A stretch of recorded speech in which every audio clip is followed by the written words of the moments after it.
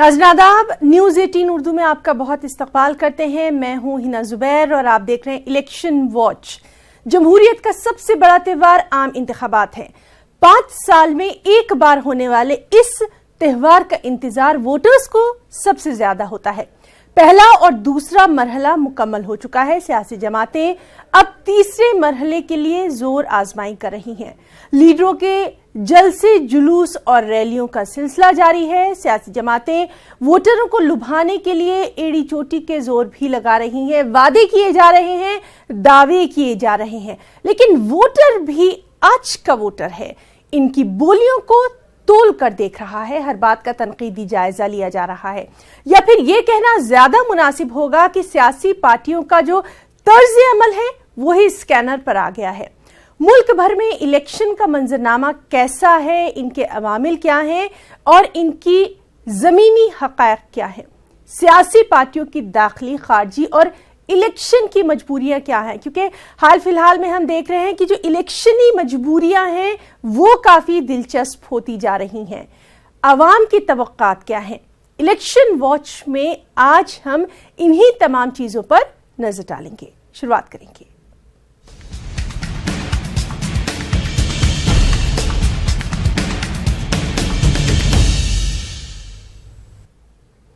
Bhopal पार्लिमानी seat को लेकर सियासी घमासान जारी है। कांग्रेस ने इस सीट के लिए जहां दिग्विजय सिंह के नाम का ऐलान करके अपनी चुनावी बिसात को बिछा दिया, वहीं भारतीय जनता पार्टी ने साध्वी प्रज्ञा सिंह ठाकुर का नाम लंबे मंथन के बाद तय किया। हालांकि इस सीट के लिए बीजेपी के पैनल में शिवराज सिंह, उमा भारती और मंजर भोपाली का नाम भी सुर्खियों में रहा ही है। पेश है भोपाल पार्लिमानी सीट की तारीख और यहां के वोटर्स के रुझान पर हमारे नुमाइंदे की ये खास रिपोर्ट।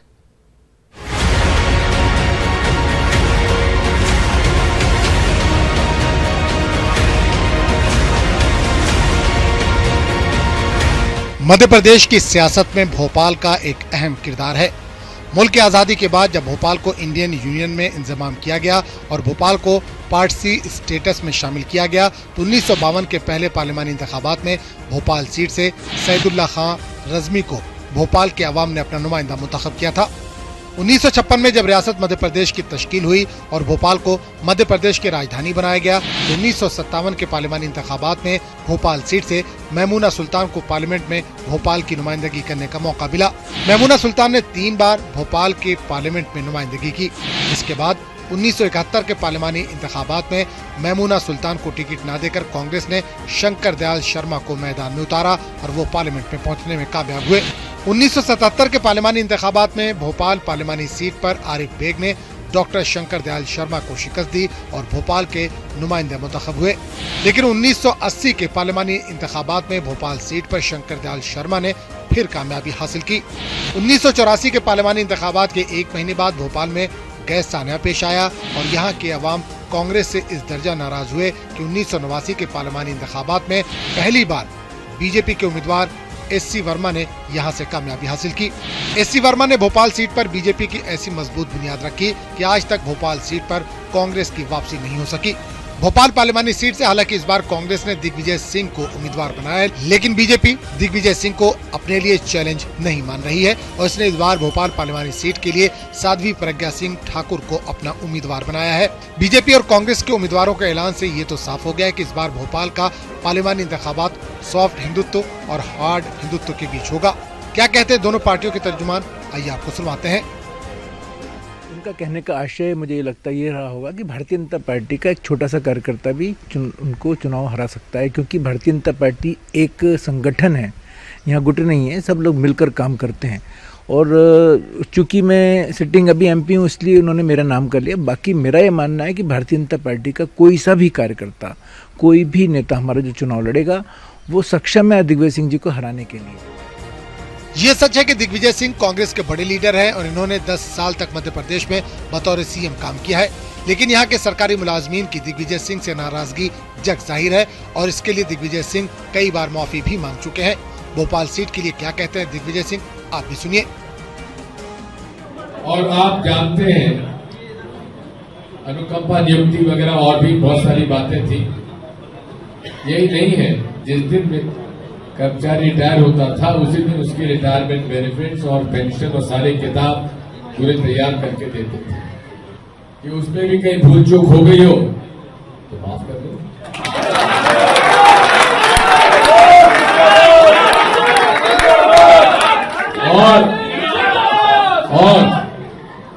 और अगर आपके वोटों से मैं जीतता हूं, मैं जानता हूं कि बिना आपके वोटों से जीतने पाऊंगा, अगर मैं आपका सांसद बनता हूं तो फिर आप जानते हो दिग्विजय सिंह झूठ नहीं बोलता। भोपाल सीट को बीजेपी के मजबूत किले में शुमार किया जाता है। 1989 से अब तक बीजेपी के जिन नुमाइंदों ने भोपाल से पार्लियामेंट में नुमाइंदगी की है, इनमें एस.सी. वर्मा के बाद उमा भारती, कैलाश जोशी और आलोक के नाम काबिल जिक्र है। और इस बार बीजेपी ने साध्वी प्रज्ञा सिंह को अपना उम्मीदवार बनाकर अपने हार्ड हिंदुत्व के कार्ड को नुमाया कर दिया है। इन सब से अलग हटकर अगर आम वोटर्स की बात करें तो सियासी पार्टियों के दावे और वादे से इसका दर्द अलग दिखाई देता है। भोपाल पार्लियामानी सीट पर 30 साल से बीजेपी का कब्जा जरूर बरकरार है, लेकिन इन 30 सालों में भोपाल के अवाम और यहाँ के गैस मुतासरीन को क्या मिला, इसका इजहार यहाँ के लोग कुछ इस अंदाज में करते हैं। ज़्यादा दिक्कतें होती हैं पीने के पानी की। सफाई के मामले में 2-3 बार भोपाल नंबर 2 आ गया, मगर अगर आप देखें तो जो मेन जो मुख्य मार्ग हैं जो वो साफ सफाई दिखेगी। बाकी शहर के अंदर सफाई के मामले में भी जैसे आप किसी भी गली मेन रोड से अलग हटते ही किसी भी साइड वाले रोड पे जाते हैं तो पोल खुल जाती है कि सफाई किस तरीके से होती है। तो किसी भी मामलात के अंदर, चाहे यहाँ के लोगों को रोजगार के मामलात हों, उसके अंदर भारतीय जनता पार्टी ने कुछ नहीं करा, जबकि इन 30 सालों के अंदर लगभग आधे वक्त हुकूमत उनकी केंद्र में भी रही।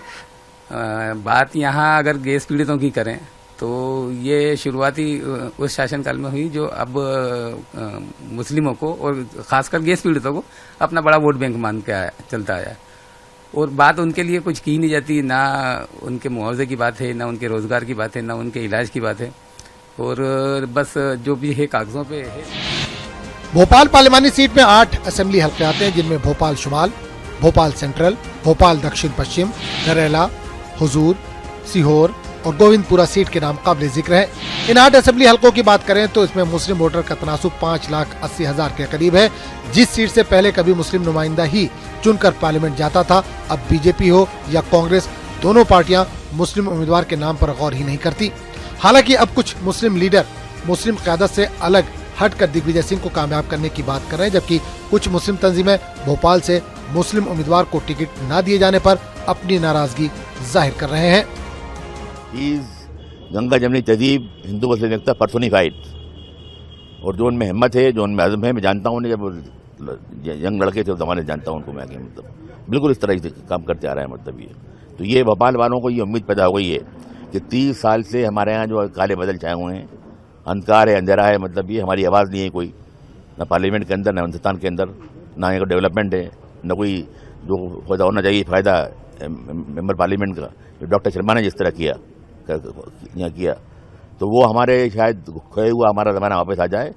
भोपाल एक बहुत पिछड़ा हुआ शहर था जिसको आगे लाने में निश्चित रूप से राजा का बहुत बड़ा एक योगदान है, और भोपाल और मध्य प्रदेश के अंदर ही नहीं बल्कि देश के अंदर एक अमन का टापू कहलाया, और उसके अंदर मेन वजह दिग्विजय सिंह जी थे। निश्चित रूप से यही भोपाल के इश्यूज हैं और भोपाल की मान्यता है।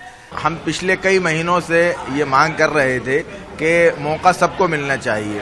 भोपाल में एक बड़ी तादाद मुसलमानों की रहती है, तो मुसलमानों की नुमाइंदगी भोपाल से होना चाहिए। मध्य प्रदेश में और किसी जगह से हो ना हो, मगर सियासी पार्टियों को भोपाल की तरफ देखना चाहिए और मजबूत उम्मीदवार को उतारकर यहाँ पे उनकी जिताने की कोशिश करना चाहिए। मगर अफसोस की बात है कि ना तो बीजेपी ने, आज बीजेपी का कैंडिडेट भी फाइनल हो गया, और ना कांग्रेस ने ना बीजेपी ने, दोनों ने ही इस पर गौर नहीं किया कि मुसलमानों की नुमाइंदगी कहाँ से होगी। भोपाल पार्लियामानी सीट से कौन कामयाब होगा, इसका फैसला तो 23 मई को होगा, लेकिन भोपाल जो गैस मुतासिरीन का शहर कहा जाता है और जहां पर 6 लाख से ज्यादा गैस मुतासिरीन मौजूद हैं, इनका दर्द इंतखाबी शोर में कहीं दिखाई नहीं दे रहा है। न्यूज़ 18 उर्दू के लिए भोपाल से मेहताब आलम की रिपोर्ट।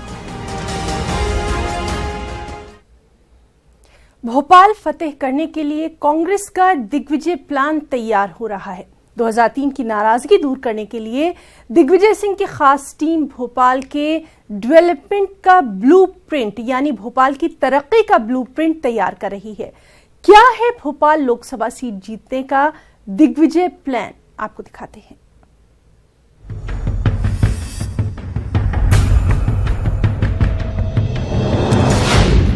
दिग्विजय का डेवलपमेंट मॉडल, विजन डॉक्यूमेंट के जरिए खींचेंगे वोट बैंक। मुस्तकबिल की 2 दहाइयों के मसाइल पर दिग्विजय टीम की नजर। मध्य प्रदेश में 2019 की इंतखाबी जंग में बीजेपी को टक्कर देने के लिए भले ही कांग्रेस पार्टी कमलनाथ के छिंदवाड़ा मॉडल को कैश कराने में जुटी हो, लेकिन एक सीट ऐसी है जहां कमलनाथ मॉडल नहीं बल्कि दिग्विजय मॉडल लागू होने जा रहा है। भोपाल सीट पर बीजेपी की 3 दहाइयों की हुकूमत को खत्म करने के लिए दिग्विजय प्लान तैयार हो रहा है। दिग्विजय की सरबराही में एक स्पेशल टीम भोपाल के डेवलपमेंट मॉडल का ड्राफ्ट तैयार कर रही है, जिसमें कमलनाथ का नहीं सिर्फ और सिर्फ दिग्विजय मॉडल की झलक होगी। और दिग्विजय सिंह ने इस मॉडल को विजन डॉक्यूमेंट का नाम दिया है। भोपाल के तरक्की के दिग्विजय मॉडल पर नजर डालें तो मुलाजमीन के हक में फैसले, ओहदेदारों और मुलाजमीन को बेहतर रिहायशी सहूलत फराहम करना, पूरे शहर को नर्मदा के पानी से जोड़ना, मेट्रो रेल प्रोजेक्ट को मुकर्ररा वक्त में मुकम्मल करना, पुराने शहर के डेवलपमेंट पर सबसे ज्यादा फोकस, बड़े तालाब के हिफाजती इंतजामात का ब्लूप्रिंट, ओवरब्रिज की तादाद में इजाफा करना। दिग्विजय सिंह जी में एक खूबी है, जो कहते हैं वो करके बतलाते हैं। तो जो अपना दृष्टि पत्र रखेंगे जनता के सामने, वो वही चीज़ें उसमें मेंशन करेंगे जिसको वो पूरा करना चाहते हैं और उसको पूरा करके दिखाएंगे। अपने 5 साल के कार्यकाल में उस चीज़ को पूरा करके दिखाएंगे, ये उनका उद्देश्य है। देखिए, दृष्टि पत्र उनका आने वाला है, उन्होंने लगभग उसकी तैयारी कर ली है। उनका फोकस हर क्षेत्र में है, जहां बेरोजगारी के मामले में भी है, पुराने शहर और नए शहर को मिलाने के मामले में भी है। भोपाल सीट को जीतने के लिए कांग्रेस पार्टी ने दिग्विजय सिंह को टफ सीट पर उम्मीदवार बनाया है। भोपाल लोकसभा सीट पर 3 दहाइयों से बीजेपी अपना झंडा फहरा रही है और यही वजह है कि इस बार चुनाव से पहले बदले बदले नजर आ रहे दिग्विजय किसी मखसूस तबके के एजेंडे पर नहीं बल्कि तरक्की के मॉडल पर चुनाव में खुद को मजबूत करने की कोशिश में है। वहीं बीजेपी की माने तो पार्टी कॉन्फिडेंट है कि भोपाल बीजेपी का गढ़ है और सीट पर इस बार भी कमल ही खिलेगा। वो कुछ भी कर लें, सबको पता है कि सिर्फ बातें हैं, बातों का क्या है। पहले भी उन्होंने बहुत सारी बातें करी हैं और सिर्फ बात ही करते हैं। वर्तमान में तत्काल में कुछ न कुछ कहकर वो अपने आप पर लोगों का रुझान डालने की कोशिश करते हैं, लेकिन उनको बहुत नज़दीक से भोपाल ने और जनता ने देखा है, इस तरह की बातों का कोई फर्क नहीं पड़ने वाला है। दूरदृष्टि डालकर क्या दिग्विजय बीजेपी के अभेद किले को भेद पाएंगे? क्या बदली हुई सियासत में बदले हुए दिग्विजय के सारे प्रयास सार्थक सिद्ध हो पाएंगे? चुनावी महासंग्राम में किस पार्टी के पाले में जीत जाती है, देखना यह दिलचस्प होगा। कैमरा पर्सन मनीष सेंगर के साथ पूजा Mathur, news 18 Madhya Pradesh, Bhopal. Election watch पे रुकना चाहेंगे एक ब्रेक के लिए।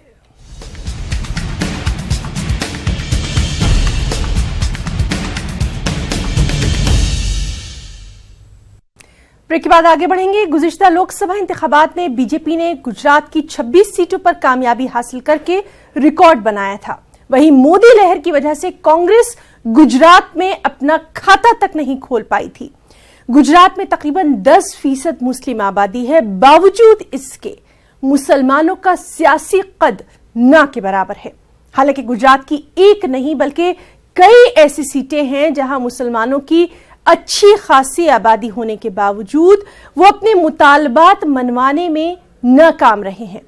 मशरकी अहमदाबाद की अगर बात की जाए तो यहां की लोकसभा सीट पर भी मुसलमान तजुब्जुब का ही शिकार है।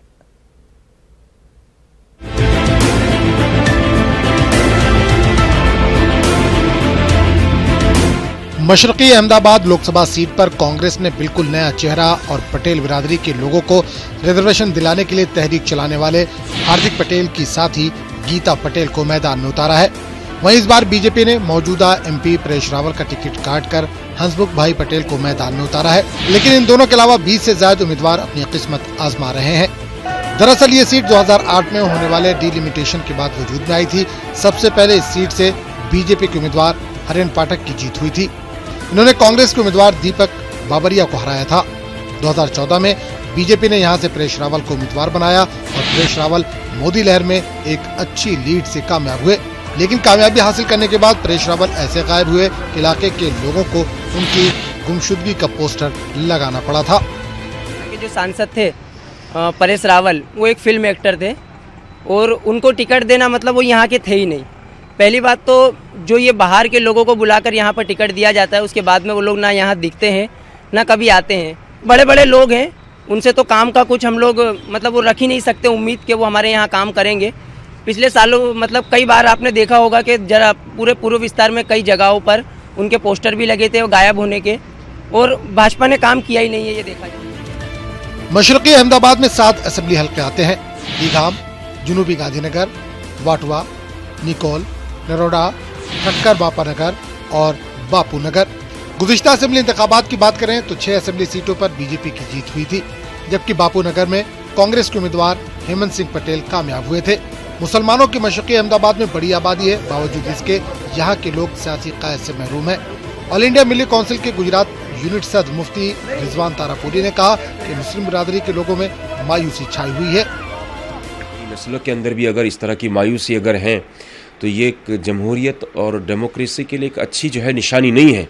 मुसलमानों को इसके अंदर दिलचस्पी लेनी पड़ेगी। सियासी शऊर का फुकदान पाया जा रहा है, उसकी बुनियादी वजह यह है कि मुसलमानों के अंदर मायूसी, नाउमीदी। मुसलमान जो है खुद अपने लीडरों से भी मायूस हो चुका है, कांग्रेस से भी मायूस हो चुका है। उनको कोई उसका नतीजा और कोई रिजल्ट नहीं मिलता है। वहीं गुज़िश्ता 12 सालों से अहमदाबाद के रखियाल इलाके में हॉस्पिटल चलाने वाले डॉक्टर आफ्ताब खान का कहना है कि मशरक़ी अहमदाबाद में एक वक्त में कपड़े की मिल हुआ करती थी और इन्हीं मिलों में काम करने के लिए बड़ी तादाद में यूपी और बिहार के लोग यहाँ आते थे।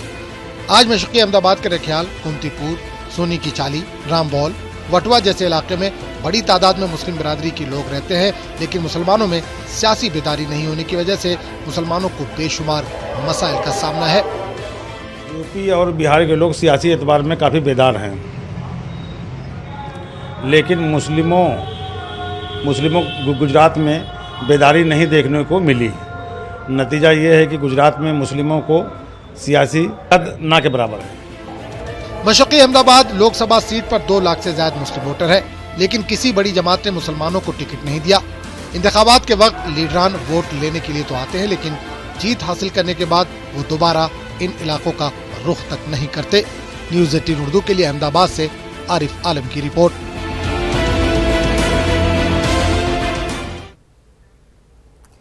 मगरबी बंगाल की मालदा पार्लिमानी सीट की पहचान मरहूम सीनियर कांग्रेसी लीडर गनी खान चौधरी और यहां के आम से है।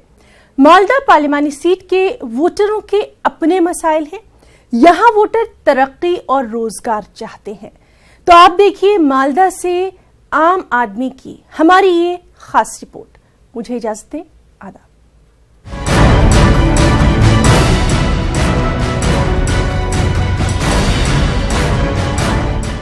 शुमाली बंगाल के 8 लोकसभा हलकों में मालदा लोकसभा हलका भी शामिल है। ये जिला भी बांग्लादेश की सरहद के करीब वाक़ है।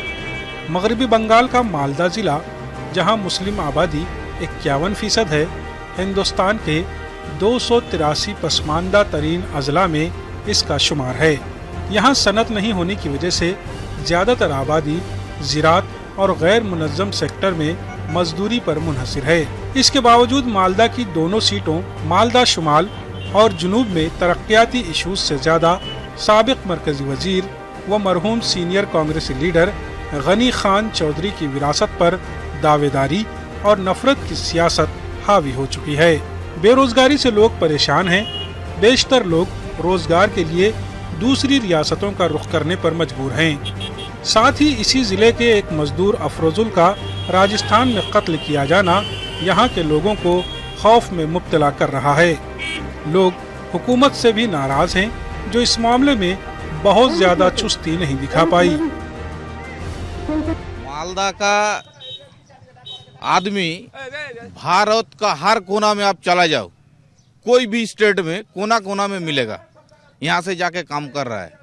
और बाहर का कितना आदमी आया मालदा में, एक भी आपको नहीं दिखा पाएगा। आप केरला का कोई आदमी है मालदा में, लेकिन मालदा का लाख लाख आदमी केरला में है। और इधर जो हमारा सरकार है, ममता बनर्जी का सरकार, और वो बोल रहा है कि हम बहुत आगे है, पश्चिम बंगाल आगे है। कहाँ आगे है? कहाँ इधर को कोई काम मिला है क्या? किसी को पूछिए ना, इधर जितना आदमी है किसी को एक भी काम नहीं मिला है। सब आदमी वो काम की चलते घर छोड़ के, बीवी बच्चा छोड़ के बाहर जाता है काम पे। अभी तक मालदा को तरक्की नहीं मिला है, सिर्फ धोखाबाजी किया है हम लोगों मालदा का साथ। जितना भी पॉलिटिकल पार्टी, कभी वाम जमाना, अभी टीएमसी का ज़माना, उसका पहले कांग्रेस ज़माना था। मेनली सिर्फ मालदा नहीं, जो हमारा बंगाल का जो उत्तर बंग है, यही पूरा डिस्ट्रिक्ट जो है, पूरा डिस्ट्रिक्ट सिर्फ प्रतिश्रुति मिलता है, काम नहीं मिलता है। बड़ा प्रॉब्लम जो है अभी मालदा एक माइनॉरिटी डिस्ट्रिक्ट है, और यहाँ जो शिक्षा का बेहाल दशा है। यहाँ बहुत सी स्कूल दरकार, बहुत सी कॉलेज दरकार, किंतु अभी तक नहीं मिल रहा है। हम लोग सोच कर डालेंगे कि जो हम लोग का तरक्की करेगा, अभी उन लोगों को सोचकर हम लोग को वोट देंगे। जो हम लोगों को लेकर सोचेगा, हम लोग उन लोगों को वोट डालेंगे। आप बोले मालदा की हालत क्या है और क्या सोचकर आप लोग वोट डालेंगे?